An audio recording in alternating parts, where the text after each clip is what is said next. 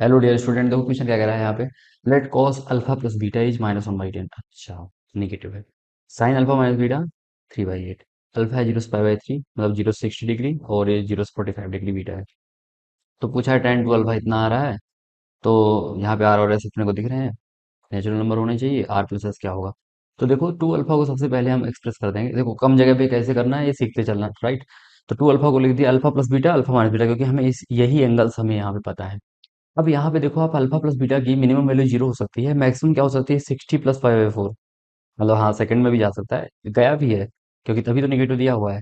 अगर second quadrant का angle है तो tan alpha plus beta negative होगा। तो यहाँ पे देखो, ट्राइंगल बना दो मन में। 1 बेस हाइपोटेनस 10, तो परपेंडिकुलर कितना हो जाएगा? 10 का स्क्वायर 100 - 1 99 √99, तो 9 × 11, तो 3 √11 is the perpendicular. And base is 1, तो परपेंडिकुलर अपॉन बेस, इसीलिए यहाँ पे आ गया -3 √11/1। That is the value of tan alpha plus beta. Because ये हो गया two alpha, that is this plus this. तो यहाँ पे लग जाएगा tan टू अल्फा, तो tan this plus this, tan a plus b. तो tan a plus tan b upon 1 - tan a tan b, इसीलिए ऐसा आ रहा है, राइट। तो tan अल्फा प्लस बीटा कितना हो गया बताओ? आ गया ना सेकंड क्वाड्रेंट में। अल्फा माइनस बीटा की मिनिमम वैल्यू होगी 0, और मैक्सिमम देखो डिफरेंस। तो 60 - 5/4 15 डिग्री, मतलब ये कहना होगा कि फर्स्ट क्वाड्रेंट में ही आएगा, राइट। तो यहाँ पे देखो, 0 से ज़्यादा ही आ रहा है, तो फर्स्ट क्वाड्रेंट में तो ऑब्वियसली सब कुछ पॉजिटिव लेंगे। तो यहाँ पे साइन दिया 3/8, तो परपेंडिकुलर अपॉन हाइपोटेनस। तो अपना बेस कितना हो जाएगा, क्योंकि टेन में यूज होगा।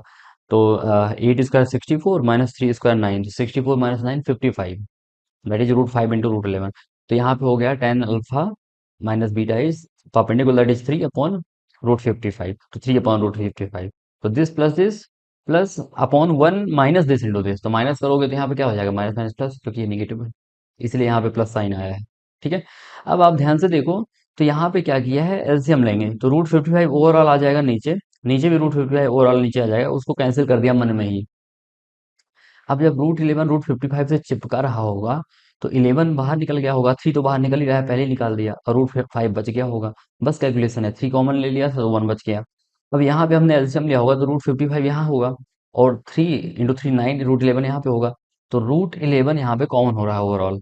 तो √55 में से √5 बच गया, ये रहा, यहाँ पे 9 बच गया। क्लियर है ना? अब इस यही अपना आंसर है, अब इसको हमें मैच करना है इसके साथ। तो 1 माइनस ये लिख दिया 11 √5, और नीचे हमने लिख दिया 9। 9 शुरू में, क्योंकि यहाँ पे देखो s प्लस √5, 9 + √5, इसका मतलब s is nothing but 9, and r is nothing but what 11। तो 11 + 9 कितना हो जाएगा बताओ? देखो, r की जगह पे 11 अपने को दिख रहा है, राइट।